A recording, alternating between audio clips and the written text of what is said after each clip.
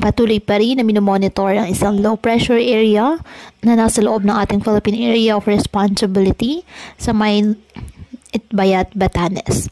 Ayon sa Pag-asa, nanatili namang mababa ang tsansa ng nasabing LPA na maging bagyo. Habang southwest monsoon o habagat patuloy pa rin po na nakakaapekto dyan sa western section ng Southern Luzon, Visayas at Mindanao. Sa kasalukuyan, wala po tayong binabantayan na bagyo sa loob po ng ating PAR na maaaring makaapekto sa ating bansa. Wala rin pong nakataas na gale warning sa numuwaybay ng karagatan kung kaya malayang makapumalaot ang ating mga kababayang mangingisda at may maliliit na sasakyang pandagat. Ngayong araw, ang Metro Manila, Pangasinan, Central Luzon, Calabarzon, Mimaropa, Bicol Region, Visayas, Zamboanga Peninsula, Northern Mindanao, Sac-Sargent, Bay RMM, Agusan del Norte, Surigao del Norte at Tinagat Islands.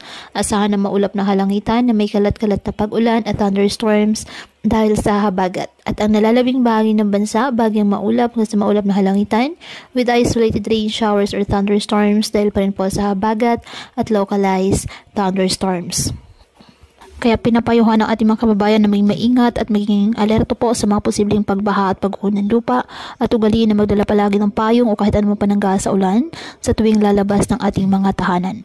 At yan po muna ang update sa lagay ng panahon ngayong araw. Muli patuloy po tayo na mag-ingat at palaging tandaan, God loves you.